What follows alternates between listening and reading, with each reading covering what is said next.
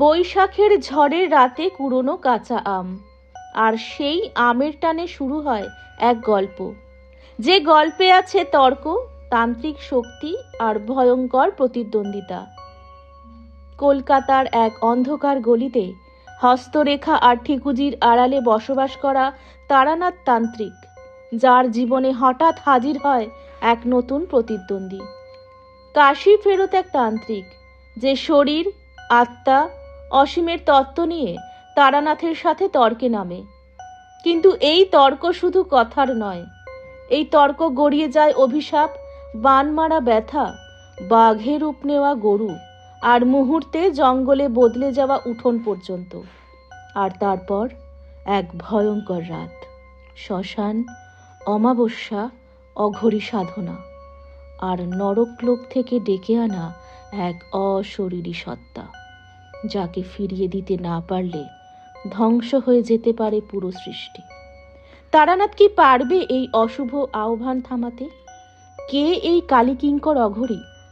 আর প্রতিদ্বন্দ্বিতা কি শুধুই অহংকারের, নাকি এর মূল্য দিতে হয় প্রাণ দিয়ে? জানতে হলে শুনুন তারানাথের প্রতিদ্বন্দ্বী, এক অলৌকিক শিহরণ জাগানো তান্ত্রিক কাহিনী।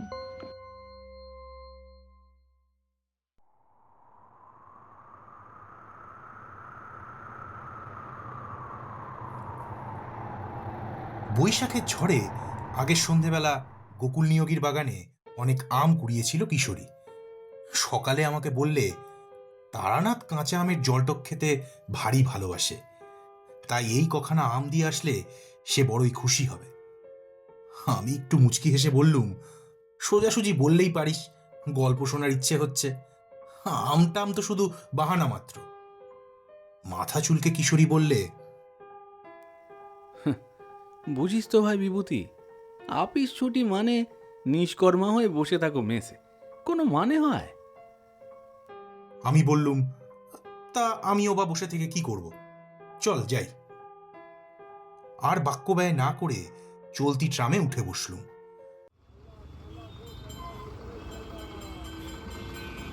মিনিট 10 পরে ট্রাম থেকে নেমে বড় রাস্তা ছেড়ে অতি পরিচিত এক গলির মধ্যে প্রবেশ করলুম। দুজন মানুষ পাশাপাশি হাঁটতে পারে না এমন অপ্রশস্ত গলির মধ্যে বন্ধ দরজার মুখে আড়াআড়ি সাইনবোর্ড লাগানো।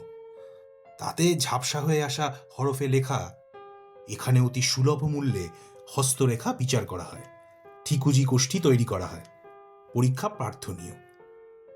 দরজা ঠেলে অন্ধকার স্যাঁতস্যাঁতে ঘরে প্রবেশ করা মাত্র চোখে পড়ল ছেঁড়া মাদুর পাতা চৌকিটা খালি। এমনটা সচরাচর হয় না। কিশোরী হাঁক পারলে।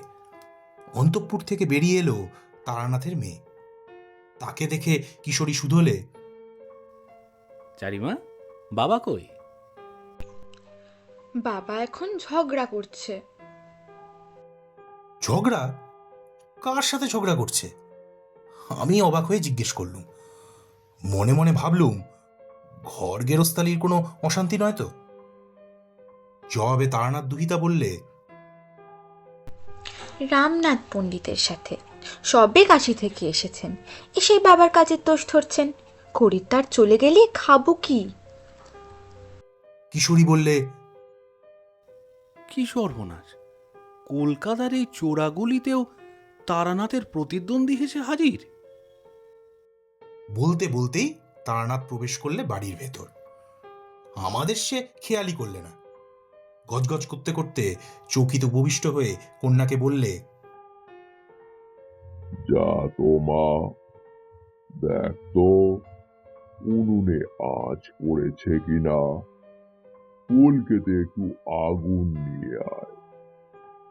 কন্যা চলে যেতে সে নিজের মনে বললে, দুদিনের যোগী, ভাতের কয় অন্ন। শেষে তো আর কথা জোগালো না। কেন তবে তর্ক করতে এলি বাপু? আমি বললুম, তা সে যোগী নিশ্চয়ই রামনাথ পণ্ডিত। এইবার তারানাথের চোখ পড়ল আমাদের দিকে। অবাক হয়ে সে বললে, তোমরা কতক্ষণ? কিশোরী বললে, এই আম কখানা দিতে এসেছিলাম, শুনলাম আপনি তর্ক করতে গিয়েছেন কোন পণ্ডিতের সাথে? তারানাথ ঝাঁঝিয়ে উঠে বলল, আরে রাখো তো তোমার পণ্ডিত।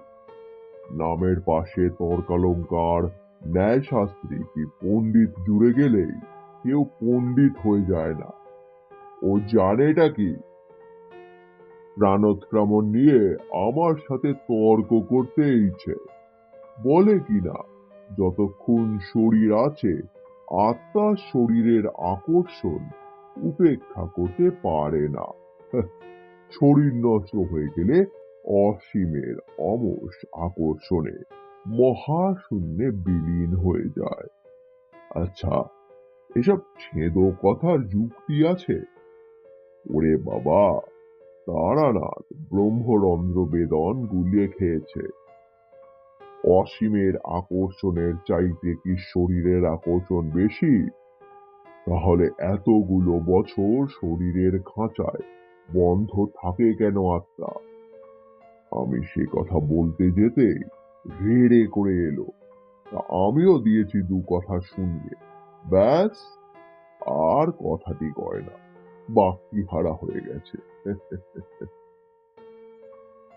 আমি বললুম, তা শুধু শুধু সাত সকালে ওরকম একটা লোকের সাথে তর্ক করতে গিয়ে আপনার কতটা এনার্জি নষ্ট হলো বলুন তো?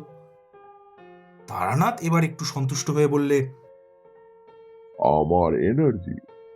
ও তো গরম চায়ের ঘটিতে দুটো চুমুক দিলে আর হুকোতে দুটো শুকটান দিলে চর চর করে বেড়ে যাবে।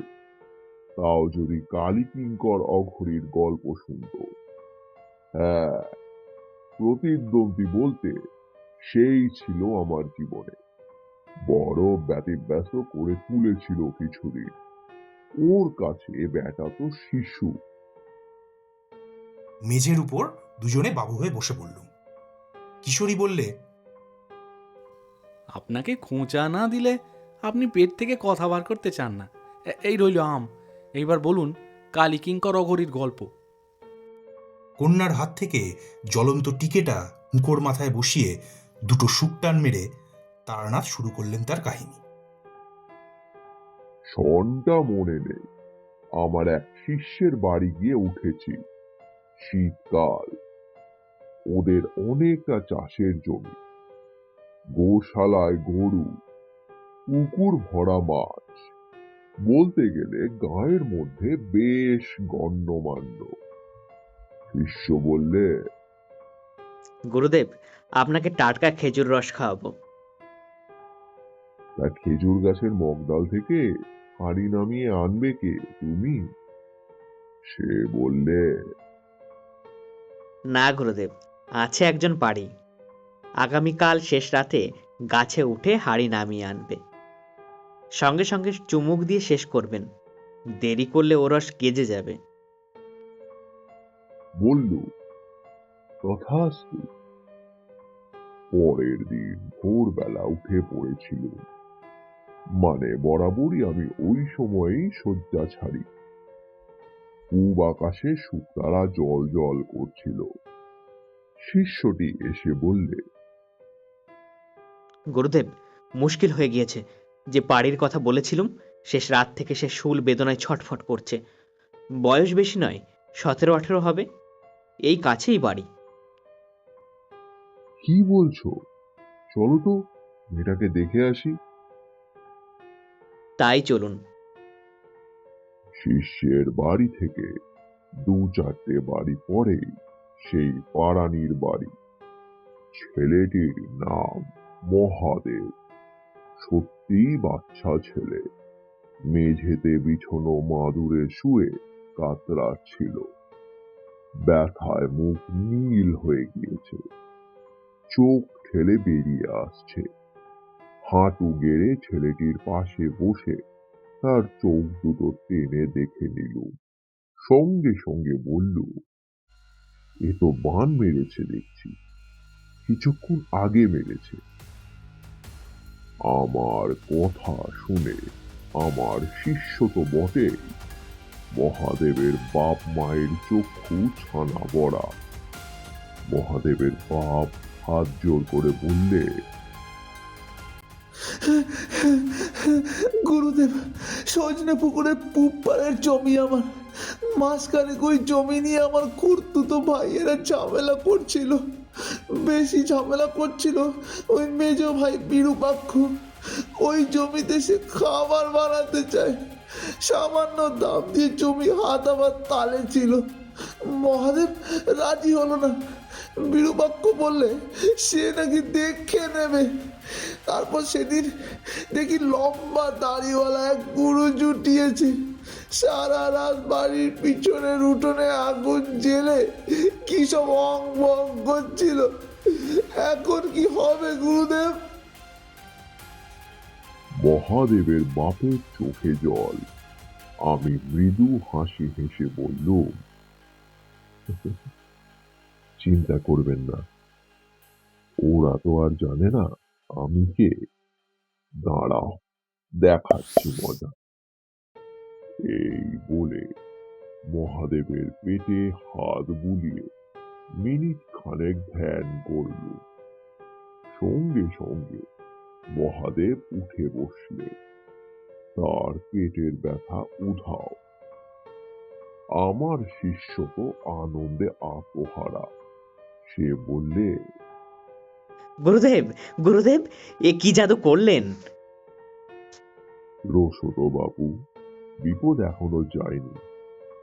এ ব্যথা এখন বিরূপাক্ষের পেটে গিয়ে আশ্রয় নিয়েছে। সে কাটা ছাগলের মতো লাফাচ্ছে। এখনই ও বেটার গুরুদেব পাল্টা বান মারবে।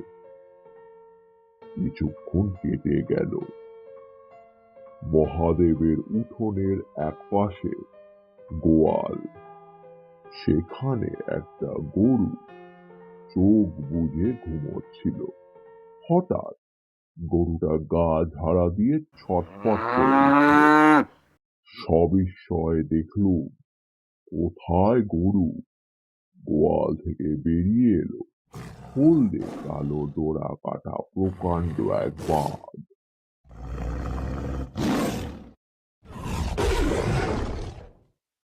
তার হুঙ্কারের চোটে এদের অবস্থা তো খারাপ। আমি স্থির কণ্ঠে বললুম, ভয় পেয়ে কেউ দৌড়দৌড়ি শুরু করো না। আমার কাজে বিঘ্ন ঘটবে। শুধু দেখে যাও আমি কি করি। এই বলে মাটি থেকে খানিকটা ধুলো হাতে নিয়ে ফু দিল গোয়াল ঘরের দিকে মুখ করে। মুহূর্তে বাঘটা একটা মোড়ক হয়ে গিয়ে কোকো ডাক ছাড়তে লাগলো। আমিও এক মনে বিড়বিড় করে মন্ত্র উচ্চারণ করছি। এসব ছেলে খেলা মোটেই ভালো লাগছিল না। কিন্তু বিপক্ষ দলের খেলোয়াড় যদি ছেলে মানুষই খেলা খেলতে চায়, আমার কি বা করার আছে। আরো খানিকক্ষণ কেটে গেল। একটা মাটির গামলায় খানিকটা জল ধরা ছিল। সহসা দেখল গামলাটা টইটুম্বুর হয়ে উঠল। দেখতে দেখতে সেই জল গামলা ঝাঁপিয়ে উঠোন গড়িয়ে গেল। শেষে বাড়তে বাড়তে এক হাঁটু জল জমে গেল উঠোনে। কি ভয়ানক স্রোত সে জলে। শিষ্যটি বলে উঠল, গুরুদেব, এইভাবে চলতে থাকলে ঘর বাড়ি সব ডুবে যাবে যে।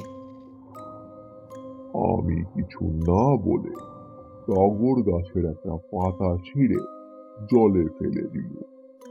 মুহূর্তে উঠোনের সমস্ত জল শুকিয়ে একেবারে ঝকঝকে উঠোন। এইবার আমি বললুম, আর না, ওদের আর বাড়তে দেওয়া যাবে না। আমি কিছু করছি। মনে মনে বললুম, ওরে অঘরীর বেটা, তুই তারা নাকে চিনিস না, দেখ কি হাল করি। এই বলে গভীর মনোযোগ সহকারে উদ্ভিদ স্তোত্র পাঠ করলুম। খানিক পরে ছুটতে ছুটতে বিরূপাক্ষের বুড়ো বাপ এসে হাজির। আমার পায়ে লুটিয়ে পড়ে বলল, ক্ষমা করুন গুরুদেব, আর হবে না, এই জ্বালা থেকে বাঁচান।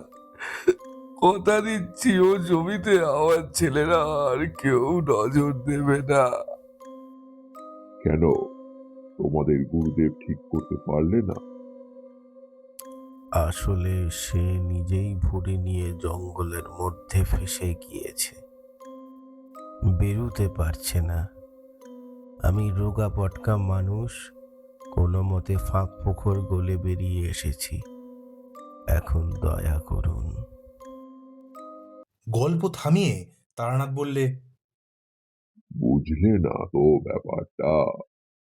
আমি উদ্ভিদ স্তোত্র পাঠ করেছি যে ওদের বাড়ির উঠোনে যে আগাছা ছিল সেগুলোই হয়ে উঠেছিল মহীরুহ। মুহূর্তে দুর্ভেদ্য জঙ্গলে পরিণত হয়েছিল। এমন সে জঙ্গল যেখানে সূর্যের আলো অবধি প্রবেশ করতে পারে না। বেরুতে না পেরে অঘরী বাবা হাঁসফাঁস করছিল। শেষে মন্ত্র পড়ে জঙ্গল হাতিয়ে উদ্ধার করল। তবু ব্যাটার রোয়াব কমে না। যাবার সময় নাকি শাঁসিয়ে গেল আমাকে দেখে নেবে। কিশোরী বললে, দেখে নিয়েছিল নাকি? আসলে গল্প তো সেখানে। এতক্ষণ যা বলল গল্পের ভূমিকা মাত্র। এই বলে আবার হুঁকোতে কটা টান মেরে সে বলতে শুরু করলে, দুটো দিন শিষ্যের বাড়ি আরামেই কাটলো। আর একটা দিন থেকে পরের দিন ফেরার কথা।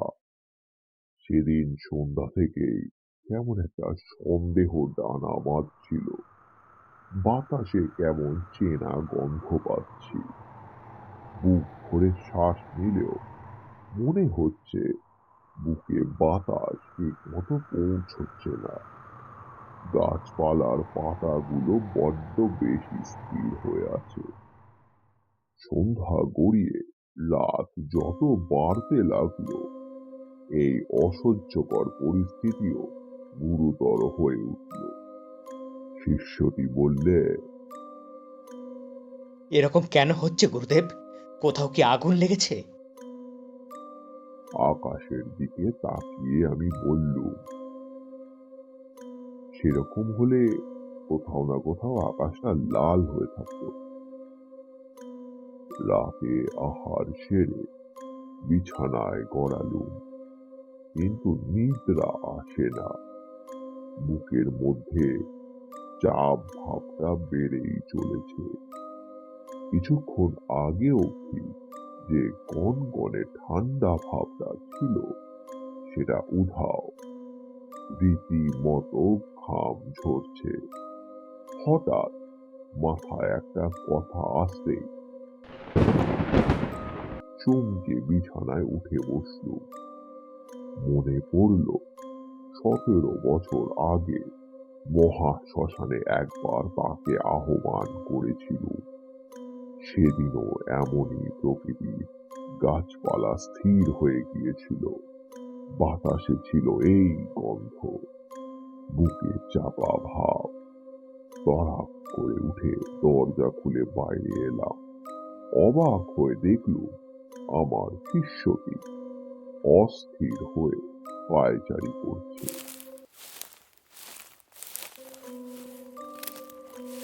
আমি গম্ভীর হয়ে বললুম, ঠিক ধরেছ, কিন্তু কে সেই দুঃসাহসী যে তাকে ডাকছে?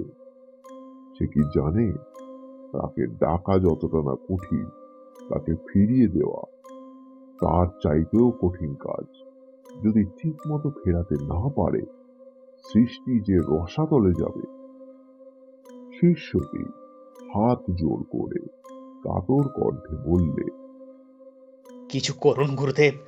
আমি জানি এ দুঃসময়ে আপনি ছাড়া এ দুনিয়াকে রক্ষা করার কেউ নেই। আমার ঝোলায় ছিল ভস্য আর করি। সেই দুটো জিনিস ঝোলা থেকে বার করে মেঝেতে বসে খানিক জপ করলু। তারপর বলল, চলো এখান থেকে ঈশান কোণ বরাবর 2 কোষ দূরে। শিষ্যটি অবাক হয়ে বললে, সে যে শ্মশান গুরুদেব। ও তাই বুঝি? তাহলে তো মোক্ষম জায়গা সে বেছে নিয়েছে। আর দেরি নয়, চলো বেরিয়ে পড়া যাক। কনকনে ঠান্ডায় গৃহস্থ দৌড়ে খিল দিয়ে ঘুমিয়ে পড়েছে। পথে কুকুররাও নেই, আকাশে চন্দ্রের দেখা নেই। সে রাতে বুঝি অমাবস্যা। নরকলোক থেকে সেই বিভীষিকাকে আহ্বান করার উপযুক্ত মাহেন্দ্রক্ষণ। জোর পা চালিয়ে পৌঁছে গেলুম শ্মশানে। 2-1টা প্রায় নিভে যাওয়া চিতা আর পায়ের কাছে শেয়াল টেনে আনা শুকনো মরার খুলি ছাড়া চোখে কিছু দেখা যাচ্ছিল না। চারিদিকে নিকষ অন্ধকার। লোকজন কাউকে দেখতে পেলুম না।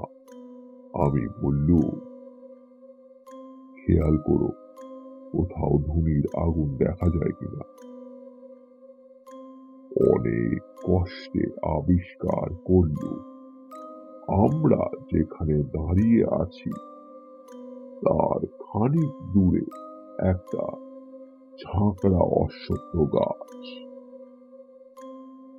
তারই পিছনে সাদা ধোঁয়া দেখা যাচ্ছে। শিষ্যটি পা বাড়াবার উপক্রম করতে আমি তার হাত ধরে টেনে বললুম, আর এগিয়ে না, আমি গণ্ডি কেটে যাচ্ছি। তুমি এই গণ্ডির বাইরে পা দেবে না, আর চোখের দৃষ্টি থাকবে পায়ের দিকে। শত প্রলোভন, শত ভয় যাই আসুক, দৃষ্টি পা থেকে সরাবে না। এমনও হতে পারে তোমার সামনে কোনো হিংস্র প্রাণী চলে এলো, তুমি নড়বে না। তোমার চোখের সামনে প্রবল ভূমিকম্প শুরু হলো, গাছপালা হুড়মুড়িয়ে ভেঙে পড়ল, তাও তুমি জায়গা ছেড়ে এক চুল নড়বে না। হয়তো হয়তো আগুনের লেলিহান শিখা তোমায় গ্রাস করতে এলো, তবু তুমি নড়বে না।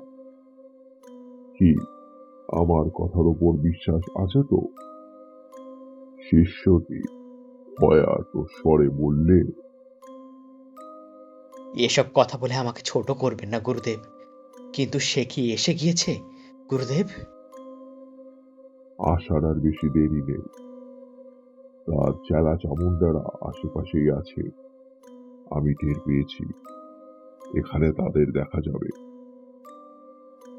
আমার কথা শেষ হতে না হতে অদূরে নারী কণ্ঠে কে যেন বলে উঠল, কি তারানাথ, তারানাথ, অনেক বছর পর দেখা হলো, চিনতে পারিস আমায়? আমি কে বলতো? আমি হেসে বলল, রসিকতা রাখো। যে তোমাদের ডেকে এনেছে সে কি তোমাদের প্রভুকে ফিরিয়ে দেওয়ার ক্ষমতা রাখে? সে কি জানে কাজ অসম্পূর্ণ থাকলে দুনিয়া রসাতলে যাবে? আমার প্রশ্নের উত্তরে নারী কণ্ঠে খিলখিল হাসি শোনা গেল শুধু।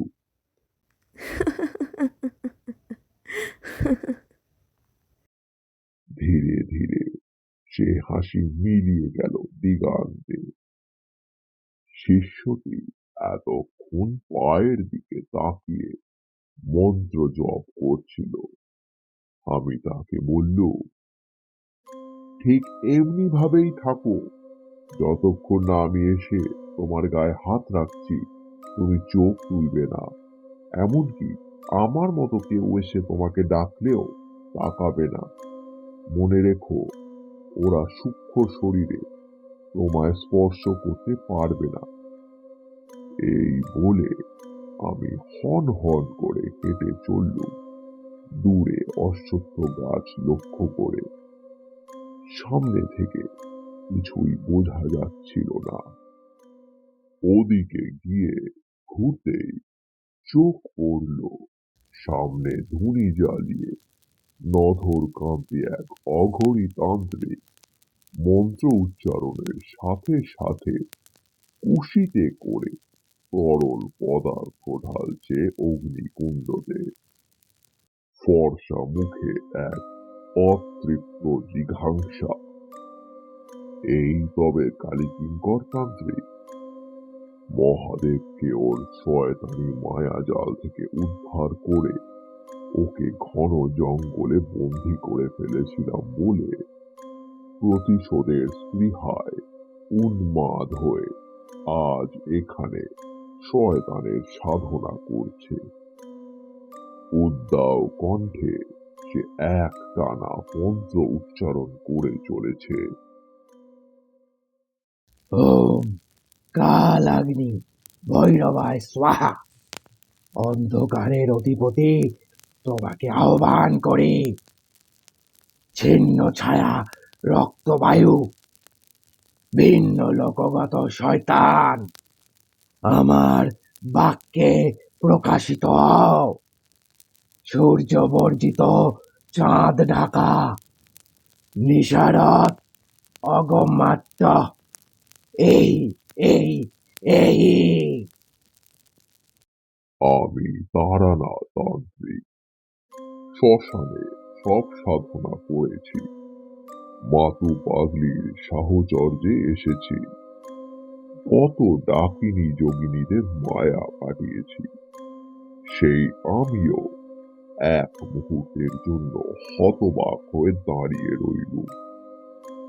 সম্বিত যখন ফিরল, সবিস্ময় দেখল অঘরী তান্ত্রিকের পশ্চাতে প্রায় 4 মানুষ সমান উঁচু এক ছায়া মূর্তি ক্রমশ স্পষ্ট হচ্ছে।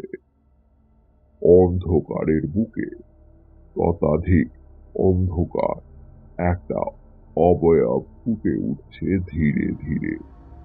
অদূরে নারী কণ্ঠে উলুধ্বনি শুরু হলো, সেই সাথে খিলখিল হাসি।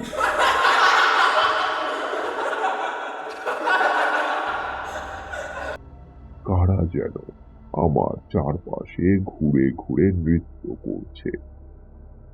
অনেকে দূর থেকে নারী কণ্ঠে আমাকে যেন ডাকছে। সে বলছে, তারানাথ, তারানাথ, আর বেশি দেরি নয়, আর বেশি দেরি নয়। নিজেকে একটা ঝাঁকুনি দিল। সত্যি আর বেশি দেরি নয়। হাত বাড়িয়ে গাছের একটা ঝোপ থেকে এক টানে ছিঁড়ে নিল শক্ত লতা। গাছের পাতা ছিঁড়ে 2 চোখের ওপর রেখে সেই লতা দিয়ে 2 চোখ বেঁধে নিল। ও ছায়ামূর্তি চোখ পরিস্ফুটিত হবে কিছুক্ষণের মধ্যেই। যদিও চোখের দিকে আমি তাকাই, মুহূর্তে ধ্বংস হয়ে যাব আমি। আমার আত্মাকে নিজের মধ্যে আয়ত্ত করে নেবে শয়তান। আর কোনোদিন মুক্তি পাবো না আমি। 2 চোখ বাঁধা হয়ে গেলে আমি চিৎকার করে বলল, ওরে অঘরীর বাচ্চা, তুই কি জানিস কাকে ডেকে এনেছিস? তুই কি ওকে ফিরিয়ে দেওয়ার মন্ত্র জানিস? অঘরী এতক্ষণে বুঝি আমাকে দেখতে পেল। খিলখিল হাসি হেসে বলল,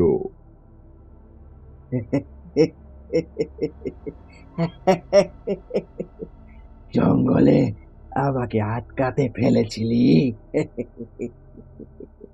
এবার এবার দেখ তোর কি দশা করি। তা সে না হয় করবি, কিন্তু যে প্রশ্ন করলু আগে জবাব দে। তুই ওকে ফিরিয়ে দিতে পারবি নরক লোকে? আগে তো তোকে ধ্বংস করি, তারপরের কাজ পরে ভাবা যাবে। ওরে মূর্খ, আর সময় নেই। জম তোর পেছনে। খানিকক্ষণ চুপচাপ। ওদিকে নারী কণ্ঠের খিলখিল হাসি তীব্রতর হয়ে উঠেছে। উলুধ্বনি প্রখর হয়ে কানে বাজছে। কাদের পায়ের দপাদপি শুনতে পাচ্ছি। চোখ বাঁধা থাকায় কাউকেই দেখতে পাচ্ছি না। সহসা সব নিস্তব্ধ হয়ে গেল। ঝিঝি পোকাদের ডাকও আচমকা থেমে গেল। আর তারপর আমি আর কিশোরী উদগ্রীব হয়ে বলে উঠলুম, তারপর তারপর কি হলো? তারানাথ একটু সোজা হয়ে বসে বললে, সে কথা আজ বলতে গিয়েও গায়ে কাঁটা দিয়ে উঠছে।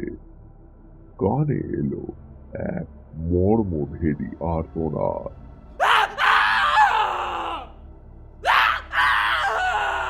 অঘরী তান্ত্রিকের কণ্ঠস্বর।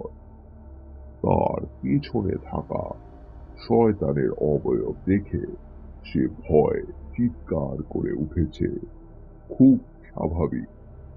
ও চেহারা পৃথিবীর মানুষের পক্ষে সহ্য করা সম্ভব নয়। বুঝতে পারল নেহাতি প্রতিশোধের আগুনে দগ্ধ হয়ে আগে পিছে না ভেবেই এই মরণ খেলায় নেমে পড়েছিল কালী কিঙ্কর। পরিণতির কথা চিন্তা করেনি। আমার প্রাণ নিয়ে সে নিজের প্রাণও বাঁচাতে পারল না।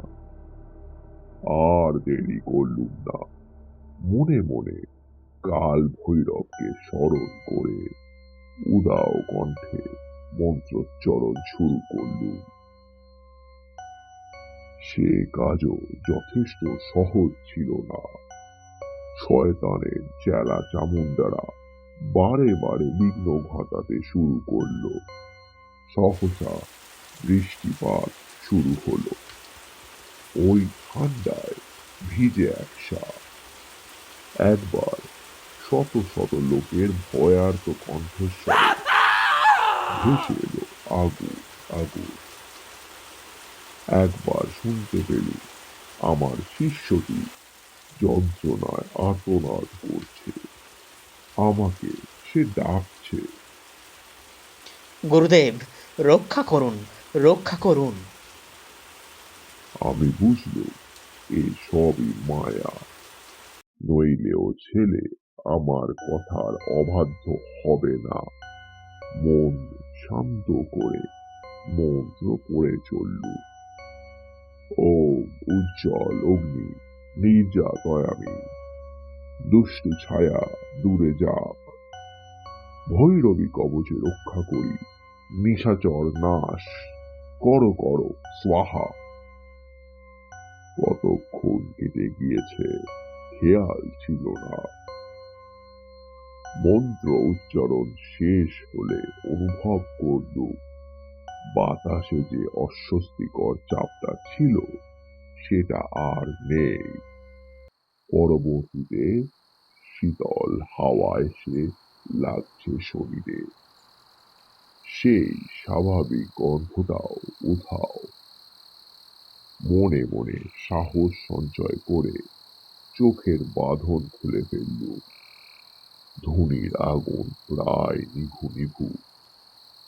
তারই আলোয় চোখে পড়ল অশ্বত্থ গাছের মাথা ছাড়িয়ে যে সুদীর্ঘ মূর্তি খানিক আগে আমি দেখেছিলুম তার চিহ্ন মাত্র নেই। আর আমার হাত খানেক দূরে মাটিতে পড়ে রয়েছে শুকিয়ে চিমসে হয়ে যাওয়া এক মনুষ্য মূর্তি। পরনে লাল চেলি দেখে বুঝলুম এ সেই অঘরীতান্ত্রিক কালী কিঙ্কর। হায় ভগবান, ও সেই নধরকান্তি শরীরের এ কি দশা! শয়তান ওর সব দেহরস পান করে ওর আত্মাকে নিয়ে গিয়েছে নরক লোকে। পূবের আলো সবে ফুটতে শুরু করেছে। আমার শিষ্যটি তখনও দুই চোখ বিস্ফারিত করে মাটির দিকে চেয়ে মন্ত্র জপে চলেছিল। তার গায়ে স্পর্শ করে বললুম, বিপদ কেটে গিয়েছে, এবার মুখ তোলো। সে আমার দিকে চাইল, তার দু চোখে জল। পরক্ষণেই মূর্ছিত হয়ে ঢলে পড়ল আমার গায়ের ওপর।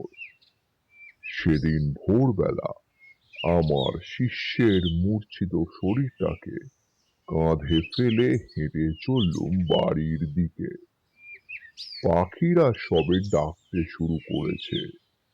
দুনিয়া জানতে পারলে না এক রাতে আমি কিভাবে ভগবানের এই সৃষ্টিকে নবজন্ম দিলুম। তা নাই বা জানলে সত্যিকারের সাধক কখনো পুরস্কারের আশা করে না। দুঃখ এই, আজ সেসব মানুষজন নেই, সাধনাও নেই। দুদিনের যোগী আমার সঙ্গে তর্কে আসে। সে তারানাথের জীবনের কতটুকু জানে? গল্প শেষ করে তারানাথ বললে, কই হ্যাঁ, দেখি আমগুলোর চেহারা। কিছু জল টক খাবো, কিছু গুড়ের পাকে জাল দিয়ে আচার বানাবো।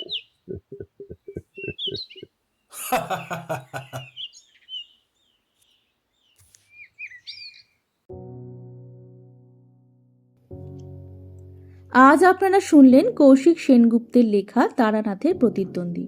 গল্পের সূত্রধার আমি মৌমিতা, বিভূতির চরিত্রে সনক, কিশোরীর চরিত্রে অতনু, তারানাথ ও কালীশঙ্করের চরিত্রে সম্রাট মুখার্জি, তারানাথের শিষ্য রুদ্র, মহাদেবের বাবা সুমন, বিরূপাক্ষের বাবা কৃষ্ণেন্দু, চারি মৌপর্ণা, নারী কণ্ঠ Saranika, poster design Ranjan, scripting, intro outro writing, editing ও সমগ্র পরিচালনায় রাই।